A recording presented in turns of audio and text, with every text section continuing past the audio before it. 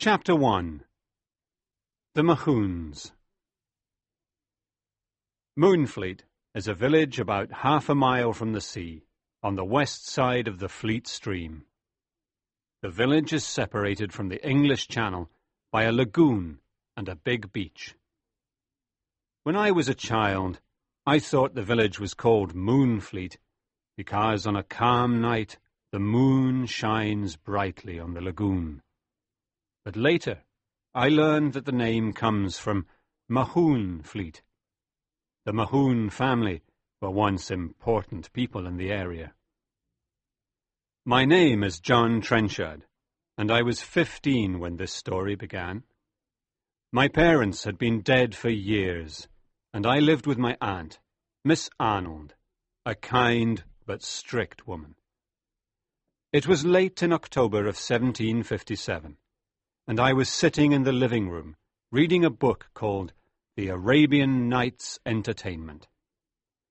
When it became too dark to read, I got up and went out into the street. It was a poor street, because Moonfleet was a poor village, with not even 200 people.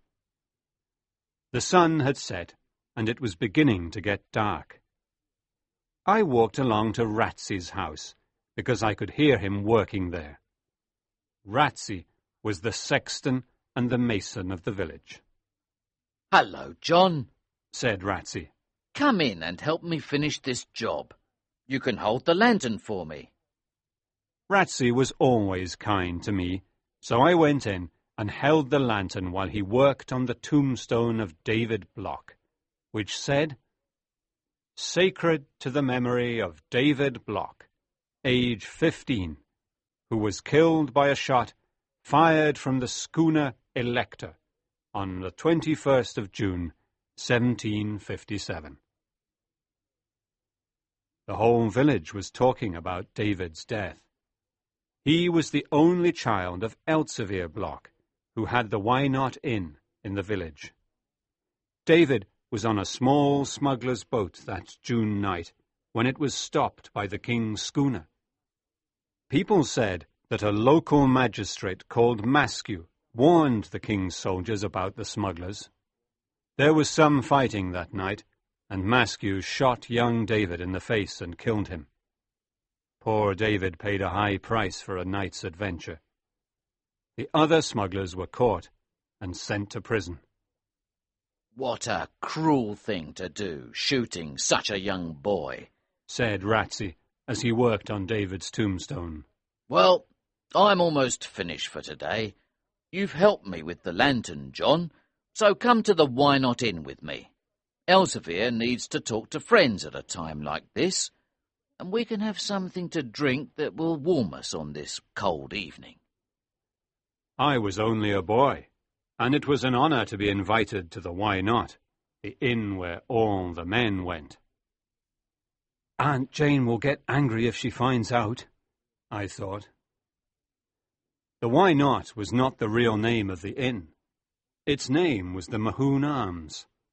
The Mahoons once owned the whole village, but they had a lot of bad luck and lost all of their money. Their emblem, the form of a Y, was still on many of the buildings in the village. I was very excited when Ratsy opened the door of the inn. Elsevier Block was sitting by the fireplace, smoking his pipe. He was a strong man, with a lot of grey hair and a rather kind face. Elsevier got up when we came in and said sharply, "What does this boy want?" "Good evening, Elsevier," said Ratsy. "John and I want something to drink. It's cold outside. I've just finished working on David's tombstone, and it will be ready by Monday night." "David will finally rest in peace," said Elsevier sadly. "but the men who killed him won't find peace anywhere." "What happened to David was terrible," said Ratsy. "but revenge is always wrong." Elsevier did not answer and looked at the fire in the fireplace. We drank some hot tea and looked at the fire too. At last, Elsevier spoke. John, it's time for you to go home.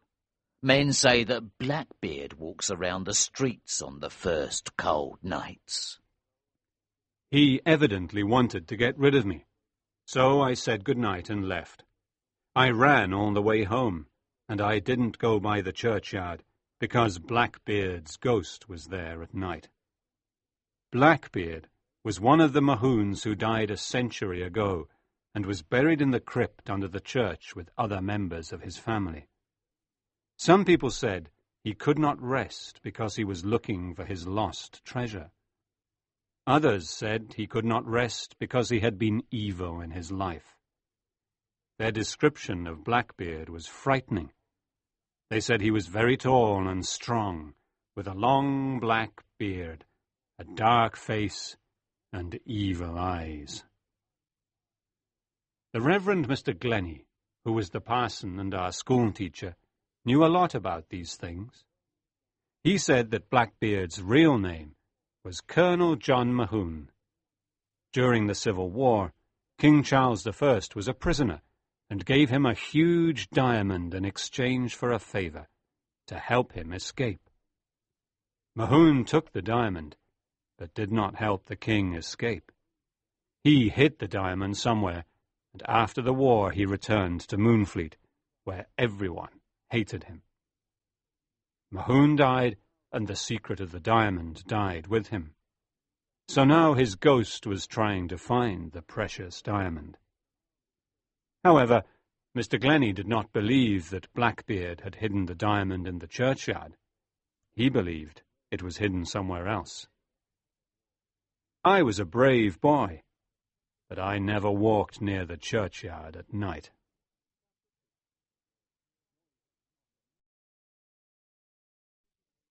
Chapter 2. Noisy Coffins. On the night of the 3rd of November, there was a terrible storm with very strong winds. I don't think anyone in Moonfleet could sleep that night. Early the next morning, the churchyard was flooded and water started entering the Why Not Inn. But by 9 o'clock, the wind stopped blowing and the sun came out. Before noon, the people of the village came out of their houses to talk about the terrible storm. This storm was important to me, because it changed my life. Now, I will tell you how. Very few people came to church on Sunday morning after the flood. Mr. Glennie, Ratsey, a few of us boys, some old women, and, strangely enough, Elzevir Block, who never went to church. It was cold and damp inside the church, so Ratsey lit a fire. Then something unusual happened. Just as Mr. Glennie started his sermon, we heard a strange noise under the church. It was not a loud noise. It sounded like two boats touching each other at sea. We boys looked at each other, because we knew what was under the church, the tombs of the Mahoons. They had been there a long time, and they had never made any noise. Everyone in the church was frightened. Then we heard another, louder noise. Oh! It sounded like the cry of a man. At that point, everyone ran out of the church, except for Mr. Glennie, Ratsey, Elzevir Block, and me. Mr. Glennie went on with his sermon, and did not say anything about the strange noises. At the end of the sermon, Ratsey asked, Mr. Glennie, are dead men moving under our feet? No, no, said the parson. The flood has filled the crypt with water, and so the coffins are moving around and making a noise. I believed the minister's words, but I was frightened. We left the church and walked towards the village together. Mr. Glennie was always friendly and kind to me, so I asked him a question. Mr. Glennie, what do you know about Blackbeard and his treasure? My dear boy, he answered, I don't know much. I only know that Colonel John Mahoon called Blackbeard, spent all of his family's money, and the poor houses of Moonfleet had to close. He was an evil man, and even killed one of his loyal servants. At the end of his life, he was probably afraid, and he talked to the Reverend Kindersley of Dorchester. He left a will which I have seen. You've seen Blackbeard's will? I asked excitedly. Yes, said Mr. Glennie. He said that his treasure, which was the diamond, should be sold and the money used to repair the poorhouses. But he never said where the diamond was hidden. He probably wanted to get it himself, sell it, and then give the money to the poorhouses. But he died before he could get it. So people say he can't rest in his tomb until the treasure is found and the poor are helped. I thought a lot about what Mr. Glennie said. Perhaps I could find the diamond one day and become a rich man. I also thought a lot about the noises under the church. I decided that coffins did not make those noises because they get old and the wood breaks after a few years. But what made those strange noises? So on Monday after school, I ran down the street and across the fields to the churchyard. I wanted to listen to the Mahoon coffins.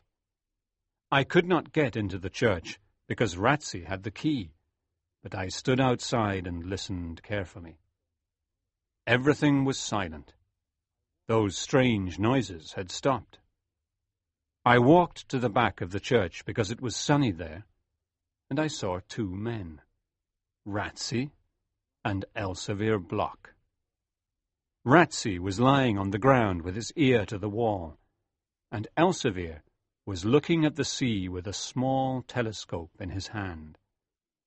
I was surprised and didn't know what to do. At first, I felt like running away, but then I decided to stay. "Good morning, Mr. Ratsey," I said. He jumped to his feet nervously, and his face became bright red. Good morning, John, he said. What are you doing in the churchyard? I came to listen to the Mahoon coffins, I answered. Well, I came here to examine the church wall after the flood. I think I'll have to repair the wall a bit. I did not believe what he said, because the church wall was in good condition. As Ratsey was talking to me, I noticed that Elsevier was amused at Ratsey's embarrassment. When we went to church on Sunday, everything was quiet as usual, and there were no strange noises in the crypt. After my meeting with Ratsey and Elsevier at the churchyard, I stayed away from it for a few weeks. One afternoon, at the beginning of February 1758, I was sitting in the churchyard on a flat stone tomb looking at the sea. The floods and bad weather of November had made deep cracks in the earth. I looked at one of the cracks and noticed that it got bigger on the other side of the tomb. I got on my knees and looked down into the big crack, which was like a small hole. I was very surprised and excited when I saw that there was something under the tomb. For a boy of my age, this was a great discovery. I put my feet into the small hole and jumped down. I had discovered a secret passage under the church. My heart beat fast as I slowly walked along the dark passage. Could this be where Blackbeard had hidden his diamond? Suddenly, it was so dark that I couldn't see, and I was afraid. I climbed out quickly and decided to return later with a candle. I ran home and got there late for tea. My aunt was angry, but she only said, "You mustn't come home so late, John. A young boy should never be out after 7:30. It's not safe." After tea, Aunt Jane started reading a book to me, but it was too serious, so I thought about Blackbeard's treasure. When she finished reading, it was time for bed, and we both went up to our rooms.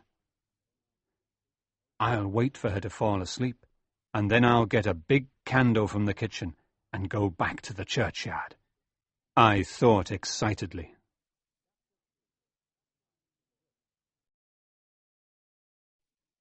Chapter 3. The Crypt. It was 10:30 when I left the house.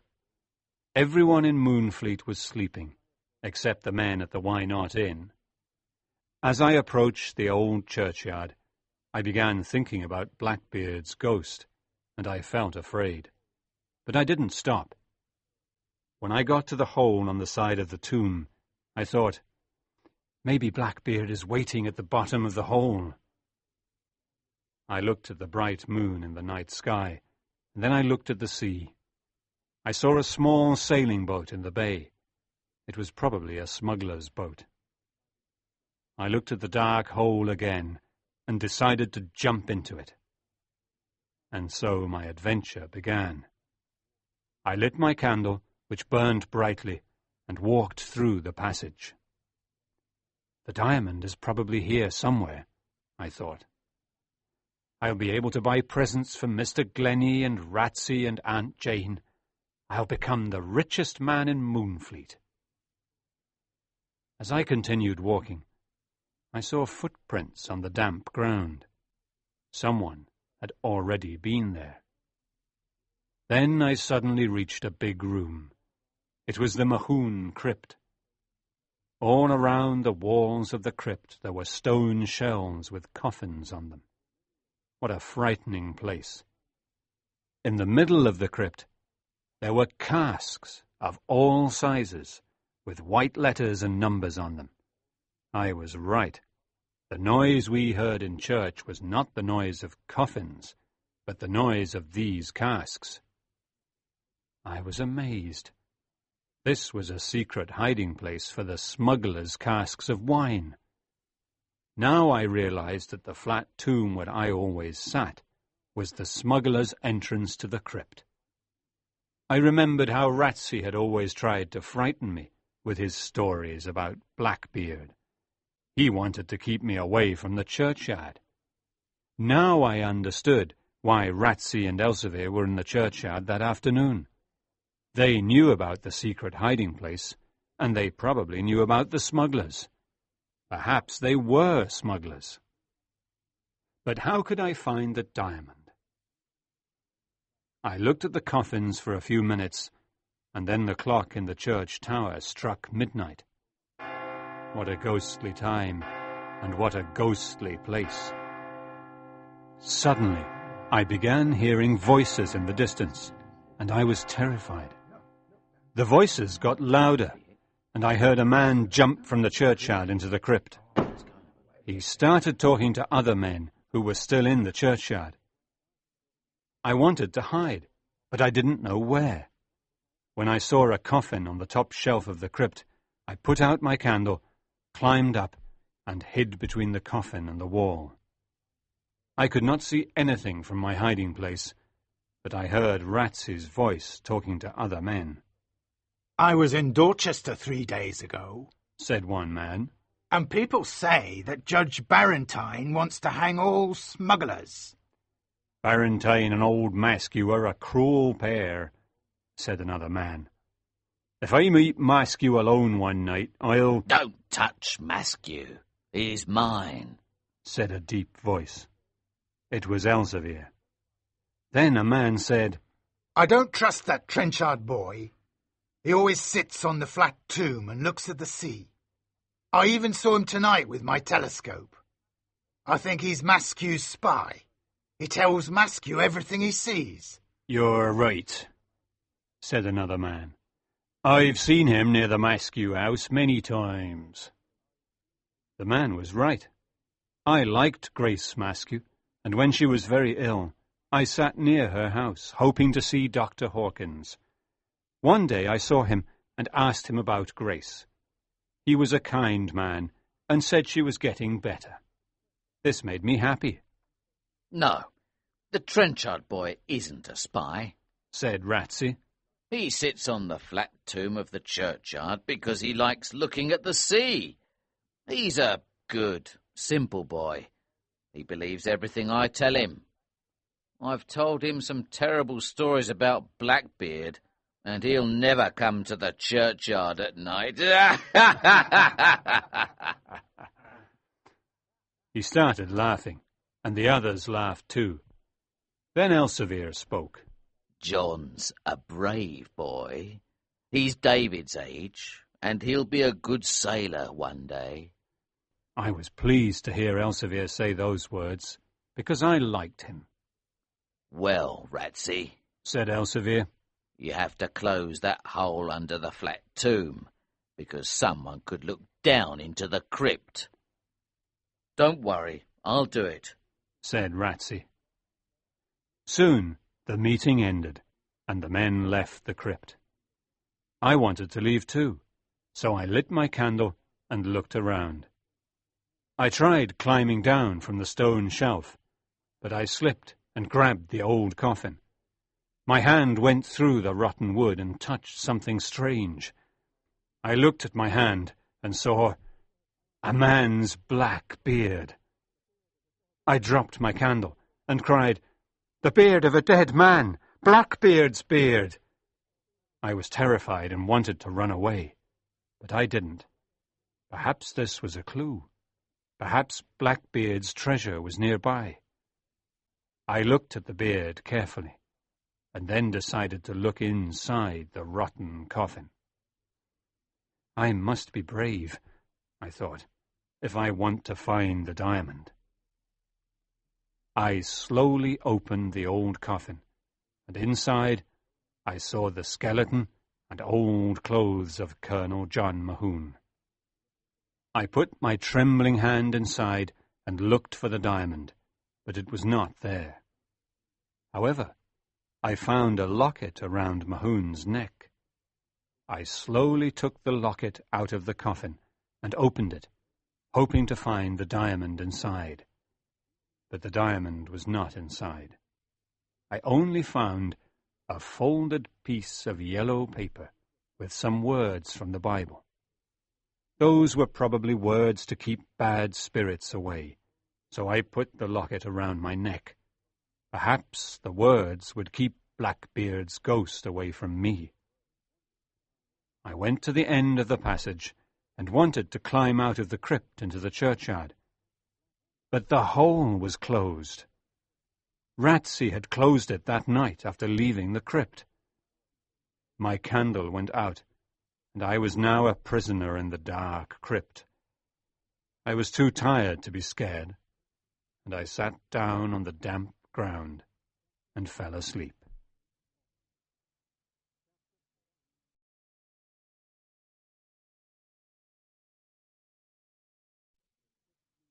Chapter 5. The 16th of April.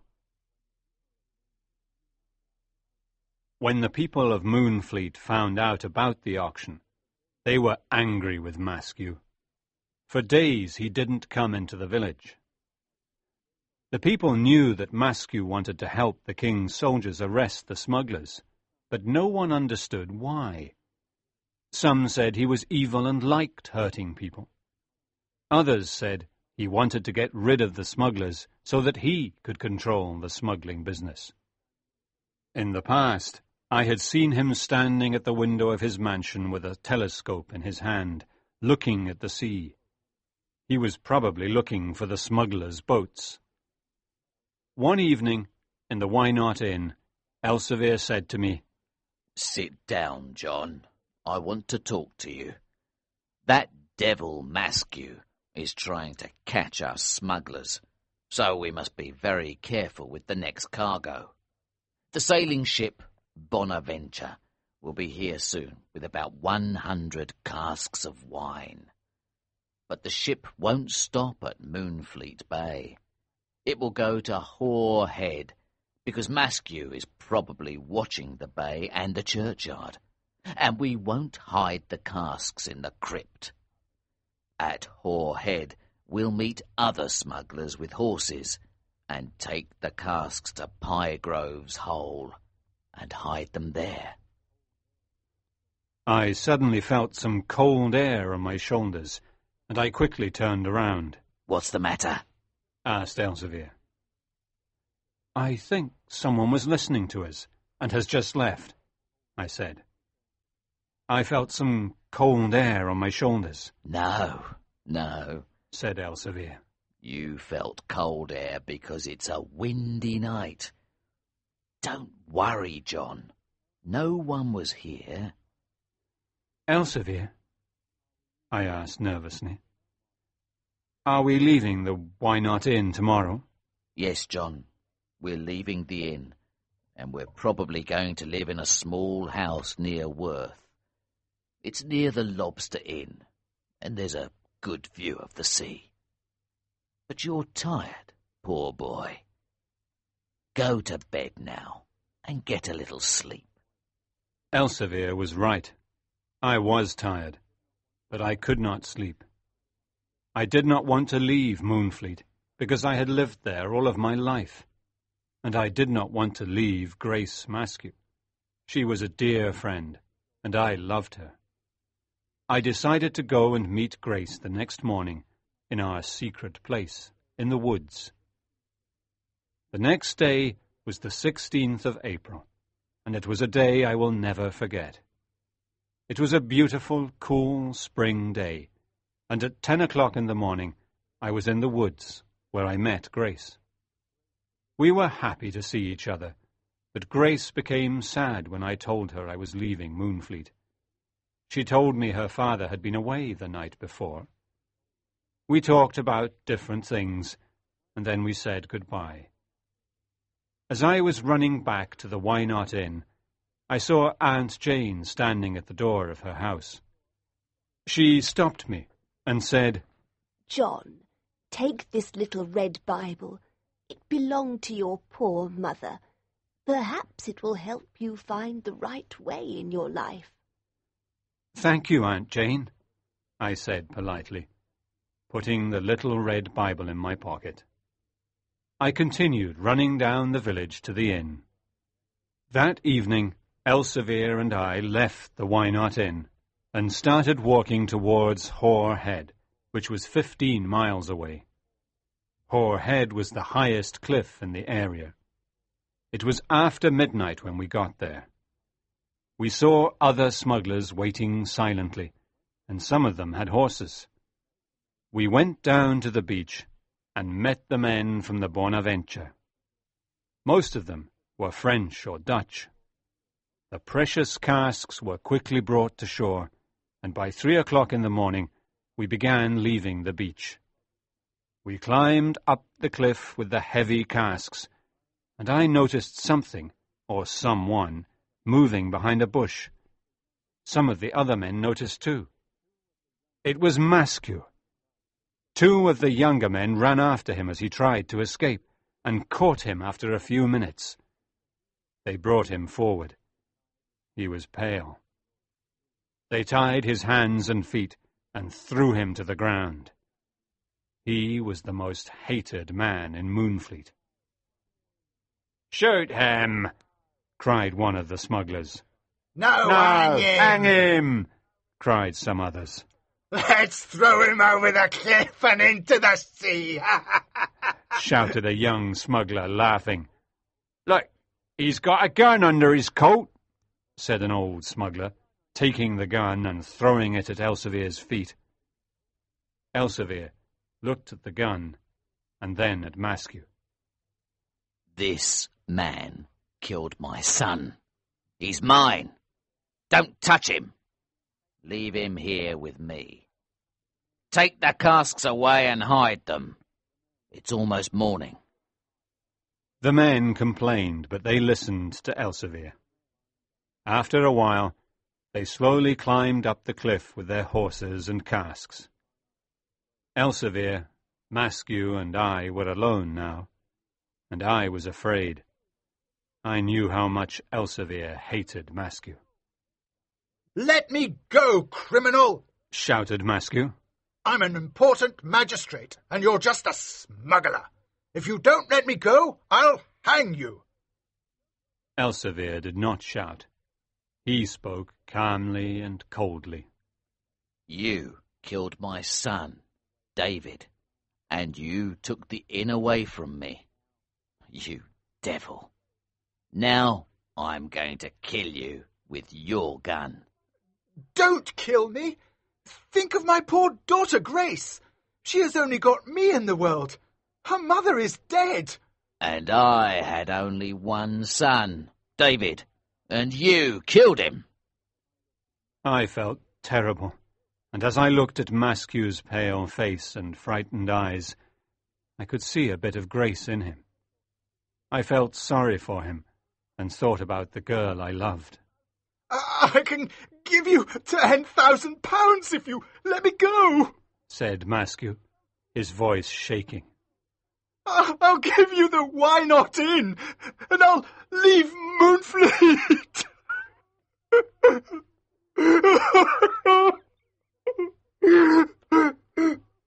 Maskew started crying like a baby. It was a sad scene. I looked at Elsevier in the eyes and said, "Please don't kill him. Think of his daughter, Grace. She'll be all alone. Let him go, Elsevier." Elsevier raised the gun and pointed it at Maskew's head. At that moment, I pulled Elsevier's arm and the gun went off, but Maskew was not hit. Suddenly, we heard voices on the cliff above us, and we looked up.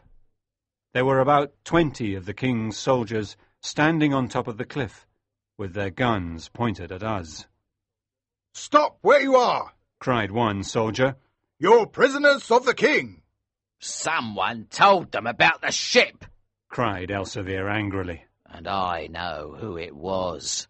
It was you, Maskew. You were listening to our conversation the other night at the inn. John was right. You're a dead man. Elsevier pointed the gun at Maskew's head, but at that moment some shots came from the cliff. Maskew fell over. He was dead. A shot from one of the soldiers had hit him in the head and killed him immediately. Run to the side of the cliff and hide, cried Elsevier. I started running, but I fell and I felt a terrible pain in my leg. I can't walk any more, I said to Elsevier. He turned around, picked me up like a baby, and carried me away along the side of the cliff, while the soldiers continued shooting.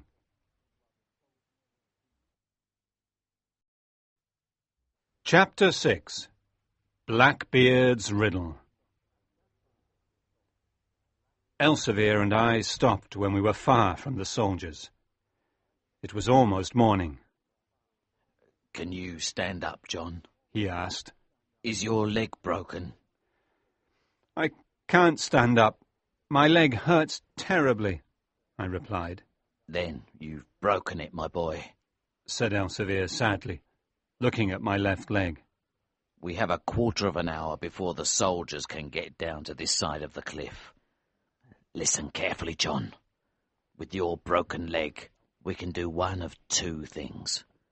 We can wait for the soldiers to come and take us to prison, or we can try to escape to a secret hiding place called Joseph's Pit. How can I escape? My leg's broken and I can't walk, I said weakly. I'll carry you, John. There's a difficult, narrow path along this cliff. It's called the Zigzag. Few men know about it, and even fewer men can walk on it, because it's very steep and dangerous. If you fall from the Zigzag, you're a dead man, because below you there's only the sea and the rocks. It's better to die on the rocks or in the sea than go to prison, I said. Let's go, Elsevier. The soldiers will never follow us on the Zigzag, said Elsevier, looking up at the soldiers. Elsevier picked me up, and we started walking. I understood his courage and his love for me.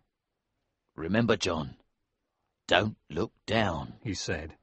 Just shut your eyes. The path was difficult and dangerous. I was terribly frightened, and I often shut my eyes because I didn't want to see where we were going. Too many things had gone wrong in the last few days. We lost the Why Not Inn, the soldiers found out about our smuggling, and I broke my leg. And now we were looking for a place to hide. Why did Elsevier and I have all of this bad luck? At a certain point, Elsevier said, Let's stop here for a few minutes. I need to rest. I'm not a young man anymore. Joseph's pit is the perfect place for us, because you must rest your leg a long time before you can walk again. Thank you, Elsevier, I said, trying to smile. My leg hurt terribly, but I did not complain. We were soon moving again, and Elsevier's strength amazed me. We finally reached the secret hiding place by evening, and we were both very tired. Here we are, said Elsevier. This is Joseph's pit. It's a big cave near the sea, and we'll be comfortable. No one can find us here. I looked around and saw that there was an opening at the far end of the cave. I felt the fresh sea air and was happy to be there. Elsevier gave me some water to drink, and I fell asleep on a bed of sand. I was very ill with a high fever for many days, and he looked after me like a mother looks after her child. At night, he went to find food, and during the day he never left me alone. He was able to tell Ratsy where we were, and Ratsy often brought us food, which he left at an old house nearby. Ratsy was a real friend, and he helped us as much as he could. Well, John, when your leg gets better, we have to leave England and take a ship to France, said Elsevier one evening. We'll stay there until the soldiers stop looking for us. Then we can return. By the middle of May, my leg was getting better. One night, when Elsevier was away looking for a ship to take us to France, Ratsy came to the cave and talked to me. I've got bad news, John, he said, pulling a piece of paper out of his pocket. Read this. The king's soldiers are still looking for you and Elsevier. Now there's a price on your heads. £50 for Elsevier and £20 for you. They think Elsevier killed Maskew. You're both in big trouble. Elsevier went out to look for a ship to take us to France, I said. Good. I'm glad, said Ratsy. Stay away from England until things are quiet. I hope he finds a ship tonight, I said. Ratsy left the cave, and I was alone and worried. There was a big storm outside. For some strange reason, I started touching the locket around my neck and opened it. I took out Blackbeard's piece of paper and started reading it. There were words from the Bible, so I opened my little red Bible and found them. But there were some mistakes. Blackbeard had written 2 numbers before the words each time, but only the first number was right. What did the second number mean? Was it a riddle? Could I solve it? I read the numbers and the words many times. Perhaps the second numbers hid Blackbeard's secret. And I was right. I soon solved the riddle and discovered Blackbeard's secret.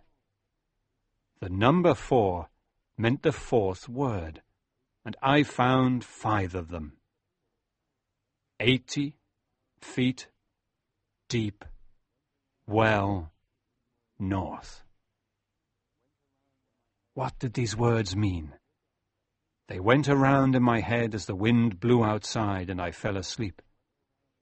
The next morning, I woke up and saw Elsevier.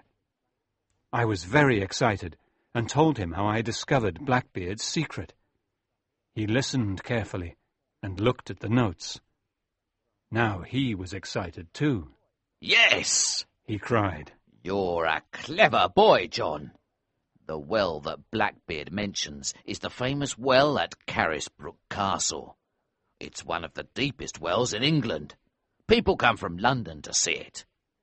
Blackbeard probably hid the diamond 80 feet deep in the well. Carisbrooke. That's the castle where King Charles I was a prisoner during the Civil War, I said. I'm sure it's the well at Carisbrooke Castle. I know Carisbrooke Castle very well. It's about 2 miles from Newport on the Isle of Wight. We can stay at the Bugle Inn, where smugglers are welcome. Elsevier's eyes shone with excitement. Another week passed, and I started walking around the cave slowly. I was getting stronger every day. Elsevier went to meet Ratsey one night, and came back with clothes and a whip. They were the clothes of a carter. There were 2 white jackets, 2 hats, and carter's trousers. With these clothes, no one could recognize us. Your leg is much better now, John, and we can leave in 2 days, said Elsevier. The Bonaventure will come, and we can go on board at night. I immediately thought about Grace, because I wanted to see her before leaving. But I didn't want to tell Elsevier. Can I go back to Moonfleet before leaving for Carisbrooke? I'd like to see my old village one last time, because I love it. Elsevier smiled and asked, Do you love the village, or someone in the village? My face became red, and I said, I love Grace Maskew. Elsevier was silent at first, and then said, She's a good girl, and I'm glad I didn't kill her father. You can go and see her, but wear the carter's clothes, and be very careful. I'll wait for you here. Be back by midnight. It was dark when I left the cave, and I walked all night until I got to Moonfleet the next morning. I went to Grace's house and knocked on the door, hoping she was alone at home.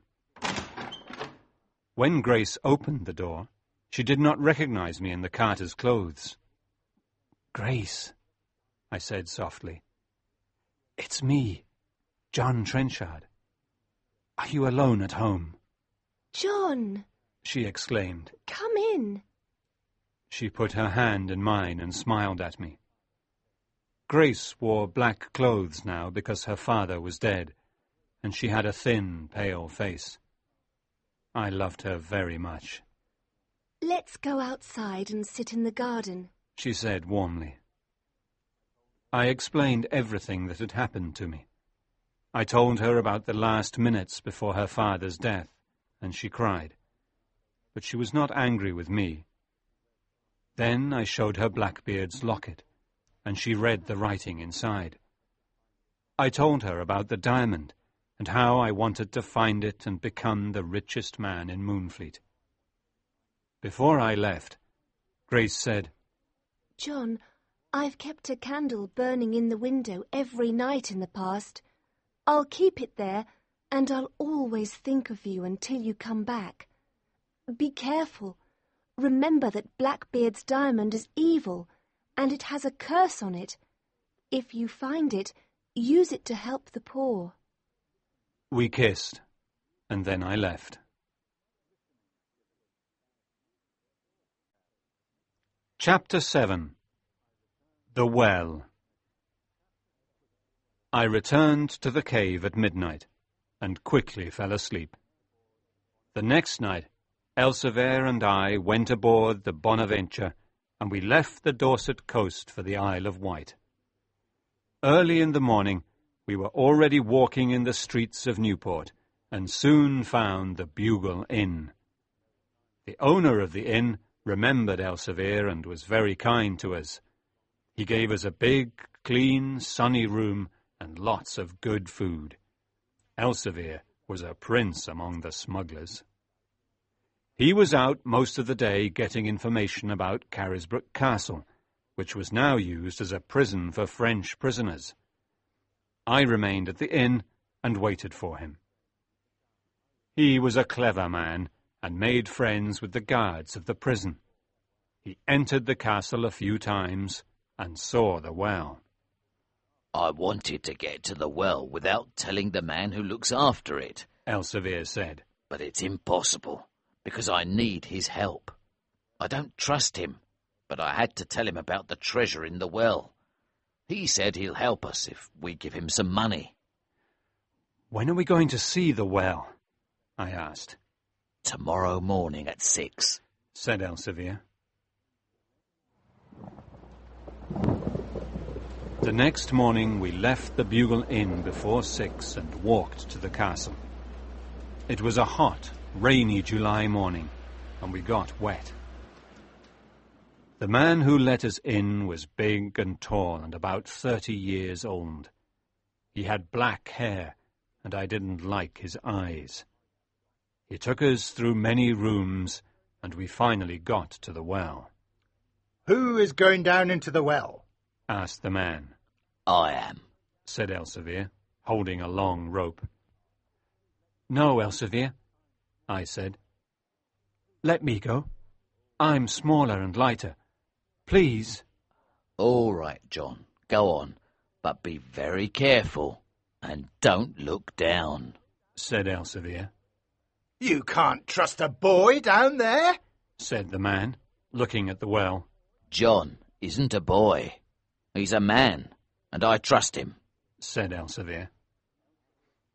I got into the wooden bucket, and Elsevier tied an 80-foot rope to it. He and the man lowered me gently into the well. As I went down, it became darker and colder. I had a candle to help me see the wall. At the end of the rope, I started looking around. I moved my candle along the wall to see if there was a hole or a hiding place, but I couldn't see anything. Have you found anything? The man shouted. No, nothing, I shouted back. Then the bucket moved down a little and I continued looking. Suddenly, I saw the letter Y clearly marked on a stone of the well. It was the symbol of the Mahoons. I moved the stone a bit with my hand and then pulled on it. It came out of the wall, and I saw a small hole. I put my fingers into the hole and pulled out a tiny bag.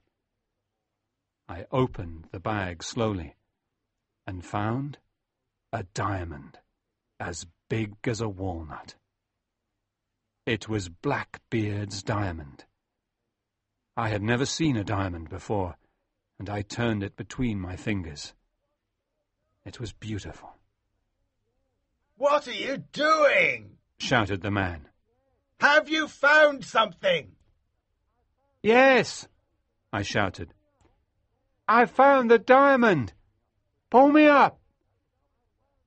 They pulled me up quickly, and at the top of the well, I saw the man's face. Give me the diamond. Put it in my hand. No, I said. Let me get out of the bucket first. Let the boy get out of the bucket, said Elsevier angrily. I climbed out of the bucket with the diamond in my hand. Give me the diamond, cried the man. You found it in my well, so the diamond is mine. Then he turned to Elsevier and said, I know who you are. Your name is Block, and there's a price of £50 on your head. I quickly put the diamond into my pocket. Careful, Elsevier, I cried. He's got a gun. The two men started fighting, and although Elsevier was older, he was much stronger. As they fought, the man slipped on the wet stones and fell into the well, screaming. We heard a loud noise when he got to the bottom. Elsevier was sad, because he did not want to kill him. I started thinking of Grace's words. The diamond is evil. It has a curse on it. I looked at Elsevier and said, Let's throw the diamond back into the well. It's evil, and it has a curse on it. Elsevier thought for a moment and then said, No, you're good and honest, John. Give me the diamond and I'll keep it for you. You know you can trust me. I gave it to him. When we got back to the bugle, I went upstairs and lay down on the bed, trying to rest and think. Elsevier was downstairs talking to the owner of the inn. When he came upstairs, he said, "It's dangerous for us to stay here, John. There's a Dutch ship leaving for Holland tonight. The owner of the bugle knows the captain, and he'll take us. The city of The Hague is the most important market in the world for diamonds." So, a few days later, we arrived in the port of Scheveningen and stayed in a small inn with some sailors. One night, Elsevier pulled the little bag with the diamond out of his pocket and said, "Here, John, you keep it. It's yours. Remember, if you become rich because of this diamond, use the money to rebuild the poorhouses in Moonfleet. That's what Blackbeard wanted to do with it." I put the diamond in the locket around my neck, because it was the safest place. When I was alone, I often opened the locket and looked at the beautiful diamond and dreamt of becoming rich and marrying Grace. But then I always remembered Elsevier's words. Since Elsevier's mother was Dutch, he could speak that language quite well, and he asked around about diamond dealers. He learned that most of the diamond dealers lived in one part of town, and the best one was Crispin Aldobrand. He was rich, he was a good dealer, and asked few questions. He was the right man for us.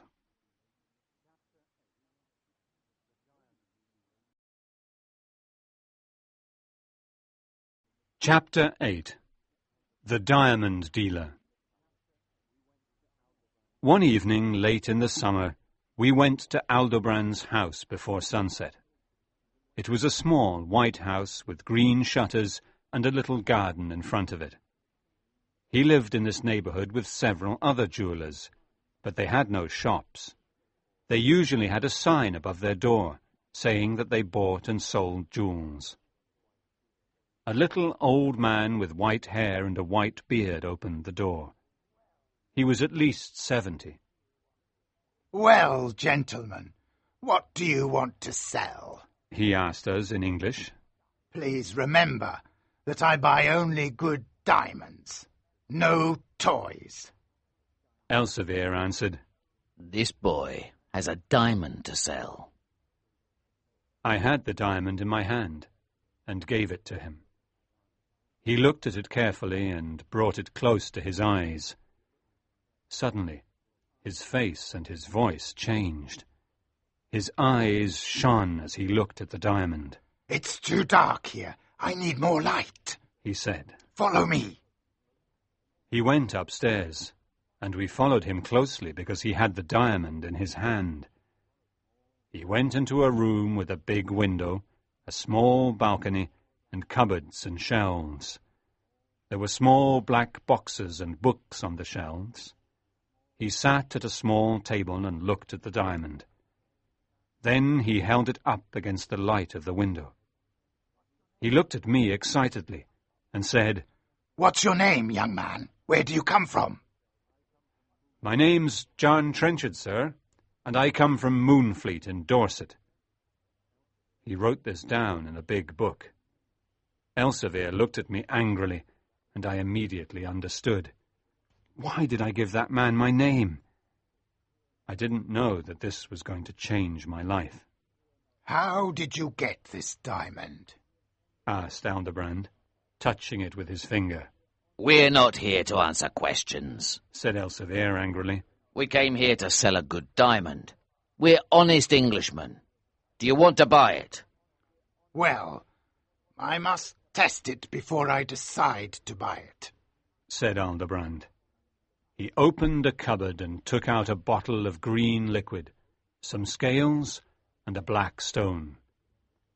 He weighed the diamond, rubbed it against the black stone, and then put a drop of green liquid on it. As I waited for Aldobrand's decision, I stood on the balcony and looked at the small garden with tall red flowers and a pear tree. How much money is the diamond worth? I thought excitedly. £10,000, or 50,000, or perhaps 100,000. Suddenly, Aldebrand turned around and said, Gentlemen, this diamond is not a diamond. It's only a pretty piece of glass. It didn't pass any of the tests. First, it's too light. A diamond is heavier. Second, it didn't make a white line on the black stone. And the green liquid did not become orange when it touched the diamond. What? said Elsevier, who was very disappointed. I can't believe it. But I can give you £10 for it, said Aldebrand, looking at us carefully. £10? cried Elsevier angrily. We don't need £10. This diamond has a curse on it. He took the diamond and threw it out of the window into the garden. Aldebrand stood up and cried, "Ah, you fool! Why did you throw it out of the window?" Elsevier took my arm and pulled me out of the room and down the stairs. He was very angry as we walked back to our inn. Leave that diamond alone, John. It's cursed. It has brought us bad luck. No, Elsevier, the diamond is ours, I said. And it's not a piece of glass. We were fools to believe Aldebrand. I saw his face and his eyes when he looked at the diamond. He knew it was a precious diamond. We must go back to Aldebrand's garden and find it. I saw it fall near one of the tall red flowers. I can find it. I'm sure I can, Elsevier. No, John. Listen to me, said Elsevier. That diamond's cursed, and it will bring us more bad luck. Forget it. Please, Elsevier, I said excitedly. Let's go to Aldebrand's garden tonight and I'll find the diamond. I don't know, John, he replied. Elsevier finally agreed with me, and that night we went back to Aldebrand's house. Everything was dark and silent, and we saw only one light in Aldebrand's upstairs room. We climbed over the garden wall quietly, and I started looking for the diamond near the tall red flowers. But it was gone. Aldebrand's already found it, I said softly. He knows it's not a piece of glass. Now, I'm going to climb on the pear tree and look inside his room. I'll follow you, said Elsevier. But be careful, John. Don't worry, I said excitedly. I climbed up to the balcony and saw Aldebrand sitting at his table, looking at my diamond. I was very angry because Aldebrand had stolen it. Without waiting to ask Elsevier what to do, I jumped through the window and into the room and put my hand on the diamond. Elsevier was behind me. Aldebrand screamed. "Thieves! Thieves! Help!" Suddenly, 6 big men who were Aldebrand's servants came into the room and hit us with sticks. I fell to the floor. I saw Elsevier fighting bravely, but then he fell too.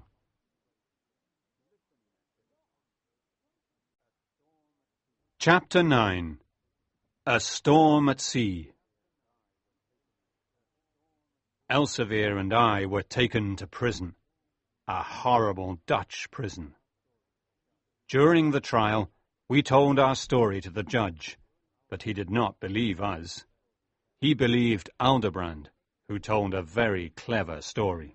"These Englishmen jumped through the window of my room and wanted to steal one of my precious diamonds," said Aldebrand, looking at the judge.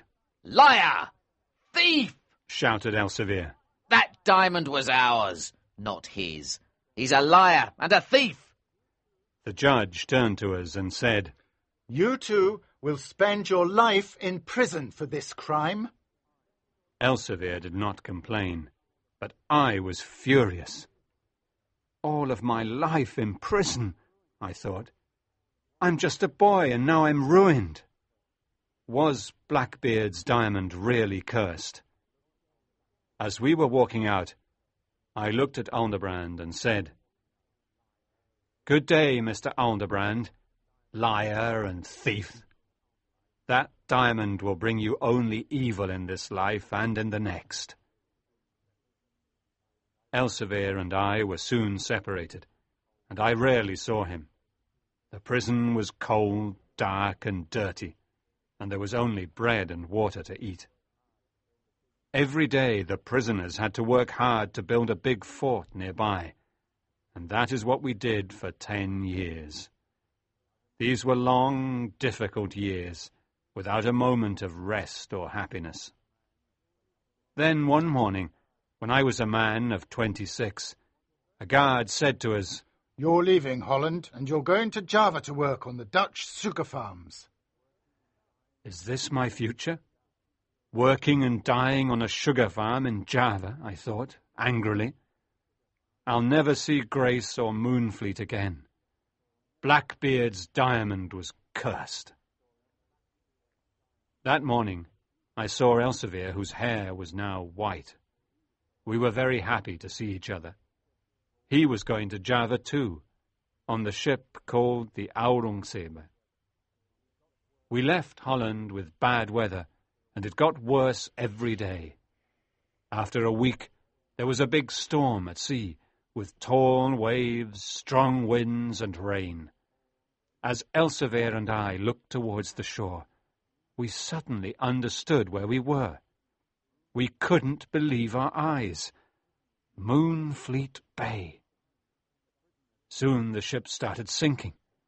The prisoners and the guards were terrified because they knew nothing about a storm at sea. But Elsevier, who had lived his life on the sea, tried to help them. "Don't take the lifeboats," he cried. "You'll never get to shore. Stay on the ship until she gets to the bay near the beach, and then jump. Listen to me. I was born here. I've seen hundreds of storms in Moonfleet Bay." But no one listened to Elsevier. Everyone tried to get into the lifeboats, and they all died in the rough sea. Elsevier and I stayed on the ship until the last minute.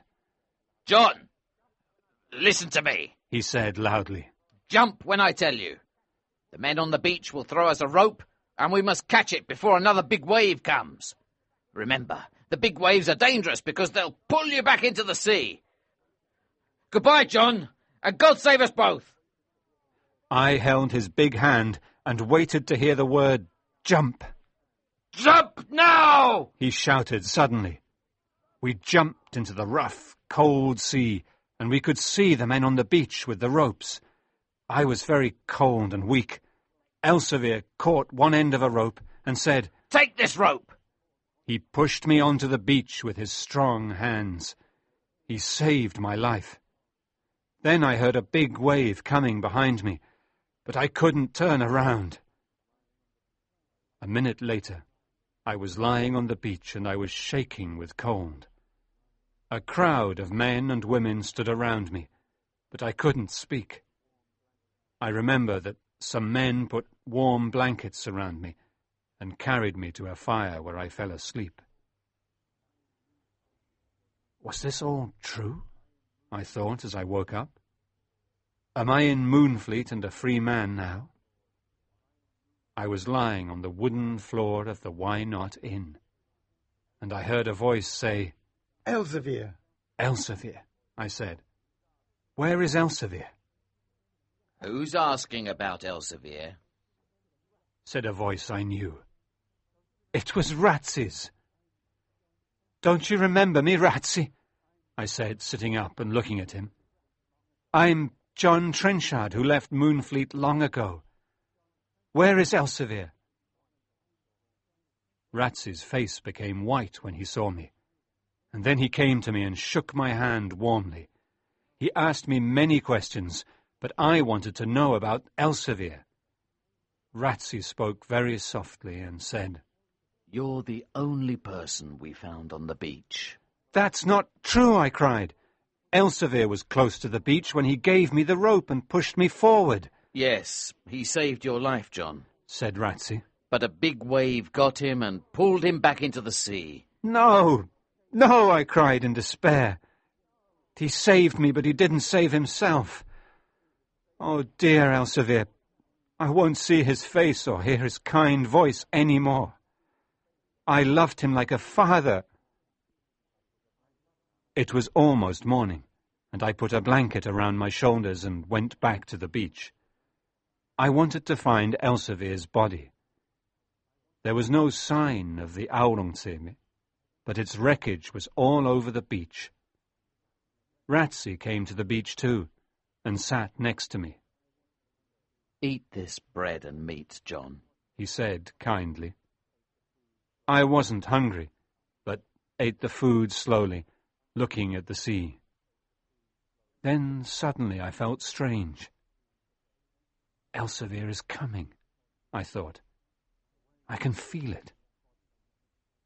The waves were bringing his body to the beach, and I ran towards it with Ratsey following me.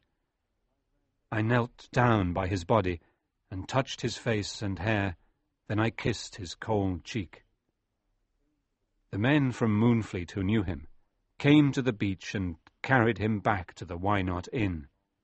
There they laid his body on the long table.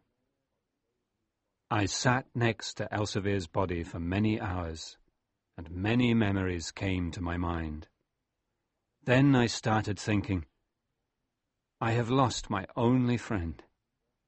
What can I do now? Where can I go? I felt lost and terribly sad. Then someone touched my shoulder. I turned around and saw a tall, beautiful woman standing behind me. It was Grace Maskew. John, She said. have you forgotten me? Didn't you see the light at my window? I could not speak, I'm very sorry about Elsevier. she said. I know he was a brave man with a kind heart, but do you still love me, John? I took her hand and said, Dear Grace, of course I still love you. I've always loved you. But many things have changed. You're a noble lady, and I'm a very poor, unlucky man. I told her about the diamond and about my 10 years in prison. John, please don't talk about money. She said. There are more important things in life. Forget Blackbeard's diamond. It was evil. Grace and I talked for a long time, and then she left. Shortly after, Mr. Glennie, my old teacher, came to see me. He took out his prayer book and said some prayers for Elsevier.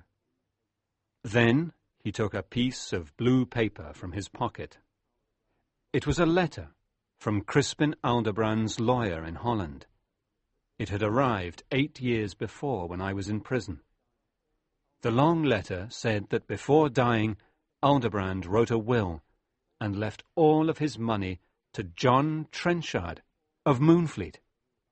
He explained that the diamond was real and that he had stolen it from me and Elsevier, and now he was very sorry. The diamond had brought him a lot of bad luck.